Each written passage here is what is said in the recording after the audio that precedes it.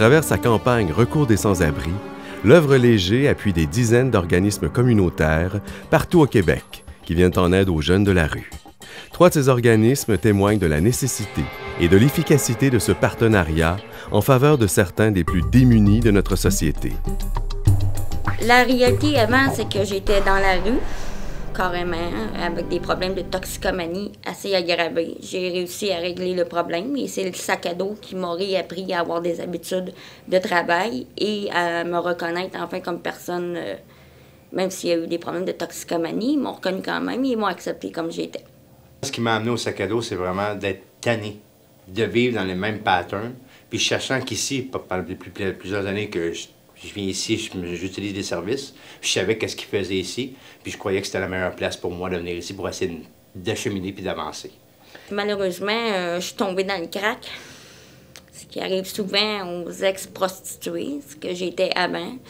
Et puis, ce qui est arrivé, c'est qu'à un moment donné, j'ai connu le sac à dos grâce à mon ex-chum. Avant, ici, les seules personnes qui avaient le droit de rentrer, c'est ceux qui avaient un casier postal ou un casier d'entreposage. Mais les blondes pouvaient rentrer, heureusement. Alors, c'est comme ça que j'ai connu le sac à dos. Et tranquillement, pas vite, un moment donné, le cordeau m'a demandé de venir m'impliquer ici et j'ai accepté de venir m'impliquer. La grande majorité des itinérants, on ne les reconnaît même pas sur la rue. Pourquoi? Parce qu'ils sont habillés dans les vestiaires des refuges. Ils sont très bien habillés, ils ont de très beaux vêtements. C'est des friperies, c'est comme d'aller dans une friperie. Ces gens-là ont accès au casier d'entreposage du sac à dos. C'est 110 personnes qui ont la possibilité de déposer leur grabat, leur maison mobile, dans un casier, puis ils doivent se promener avec un petit sac à dos comme tout le monde. Fait qu'ils se confondent dans la masse, on les voit pas. Il y a beaucoup de préjugés. Les gens, c'est vraiment, c'est de leur faute. Regarde, moi, je m'en ai sorti dans la vie. Puis on entend tous ces clichés-là. Mais quand ça touche quelqu'un que tu connais, si on parlerait de cancer, là, tout le monde est sensibilisé, tout le monde, les maladies infantiles, oui, ça pourrait m'arriver, c'est arrivé à un voisin, c'est arrivé à ma soeur, c'est arrivé à mon neveu. Bien, un cancer social comme ça, au niveau des problématiques, tu sais, je me dis, les gens n'ont pas choisi d'être dans la rue, n'ont pas choisi d'être malheureux, n'ont pas choisi de vivre des problèmes. C'est le parcours, malheureusement, qu'ils ont eu. Les choix qu'ils ont fait à travers ça, ils peuvent être questionnables, mais on peut-tu dire à l'humain, regarde, c'est ton choix, tu es dans la merde, reste dans la merde. Je trouve que ça serait une société un peu particulière si on serait là-dedans.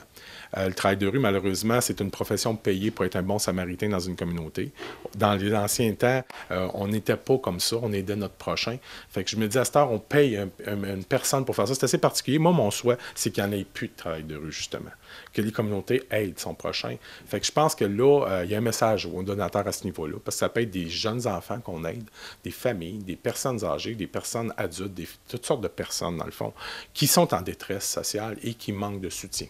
Donc, ça peut vous toucher, oui, n'importe qui, votre voisin, votre fils, votre oncle, votre soeur, votre frère, ou même vous-même à un moment donné. Si vous auriez eu un travail de rue dans votre vie, peut-être qu'il y aurait eu des choix que vous n'auriez pas fait, ou vous auriez fait des meilleurs choix à ce niveau-là. On parle de beaucoup de jeunes qui viennent des centres jeunesse, qui viennent chez Déclic. Et ce qu'on fait, c'est qu'on veut travailler justement à ce qu'ils apprennent à se connaître, à ce qu'ils apprennent à avoir les outils pour cheminer dans la vie. Ils ont des blessures, ils vont toujours vivre avec ces blessures-là. Par contre, il faut qu'ils apprennent à vivre avec. Donc, on leur donne en fait un accompagnement pour qu'ils puissent cheminer et aller vers justement une formation qualifiante. Ça, c'est le gros point chez Déclic. Ce qu'on pense, c'est que l'éducation, c'est la clé. La grande majorité des itinérants ont même pas leur carte d'assurance sociale, même pas leur carte d'assurance maladie.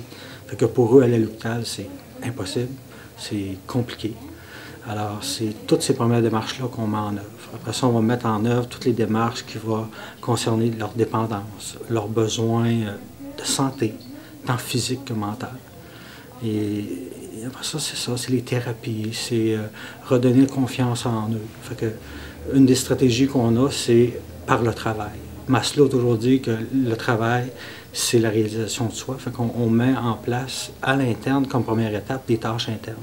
Faire le ménage, passer le balai, laver les tables, laver les toilettes, peu importe.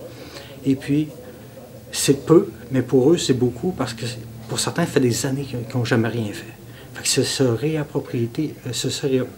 réapproprier des qualités de travailleurs.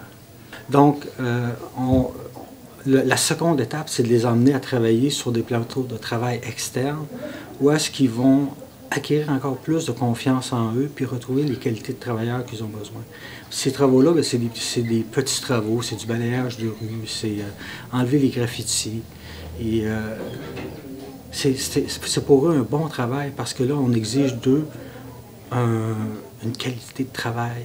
Puis cette qualité de travail-là est appréciée par les passants, les commerçants, les propriétaires d'édifices et surtout les gens de la ville, les gens de l'arrondissement qui voient la qualité de leur travail. Quand il y a quelqu'un qui a un jeune dans son école qui a 16 ans, qui est encore en secondaire 1, secondaire 2 et qui voit qu'il ne se rattrape pas, c'est pas nécessairement parce que ce jeune-là n'a pas les compétences ou n'a pas ce qu'il faut pour aller à l'école. C'est d'autres choses. Il y a plein d'autres affaires alentour qui fait que ça va pas. Et quand ça va pas, qu'est-ce qui arrive?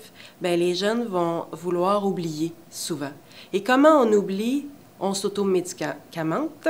Et l'automédicamentation, je pense que c'est un mot, c'est la drogue. Fait que ça devient, en fait, une consommation. On est rendu à la surconsommation. C'est ce qu'on se disait récemment, toute l'équipe. Avant, on parlait de consommation.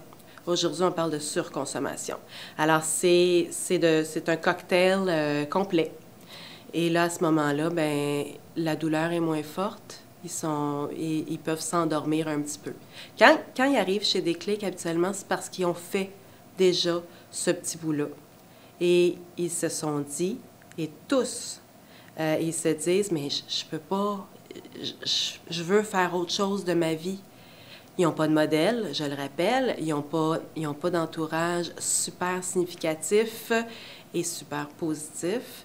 Donc, quand ils ont le privilège là, justement de connaître Déclic, bien, ça change tout. J'ai entendu plusieurs fois des jeunes dire, je ne sais pas où est-ce que je serais si je n'étais pas venue chez Déclic. Alors ça là, c'est plus qu'une paye. Je pense que c'est un peu aussi notre récompense quand on crée des contacts humains, on travaille avec l'humain. Donc, des fois, de me faire dire par une jeune fille qui était un peu abusée ou négligée dans ses milieux familiales, de me dire « j'aimerais ça que tu sois mon papa ».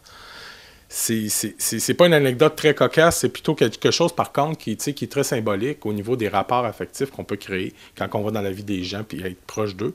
De se faire dire des choses comme ça, c'est quelque chose qu'on peut entendre régulièrement, qui peuvent venir nous toucher. D'aider aussi des gens de tout acabit, on pense souvent que c'est des gens qui sont sur l'aide sociale ou maganés. J'ai aidé des directeurs de banque, des gens qui ont été policiers, des gens qui ont eu des vies normales à un certain moment, qui arrivaient une épreuve dans leur vie qui ont fait que tout a basculé. Et l'enchaînement de problématiques, ça s'est produit. Donc, d'avoir aidé une grand-maman aussi, une moment donné, qui était rendue à faire de la prostitution de rue, qui, après un certain temps, qu'on croyait vraiment qu'elle était, dans le fond, en autodestruction, s'en est sortie. On ne peut pas dire en travail de rue, par contre, qu'on a des success stories souvent comme ça, parce que c'est à long terme, c'est à longue échéance dans les relations qu'on crée. Mais juste de créer ces relations-là, que ces gens-là nous permettent d'être dans leur vie, c'est déjà merveilleux. C'est déjà merveilleux parce qu'ils ont perdu confiance des fois au système, ils ont perdu confiance aux services sociaux.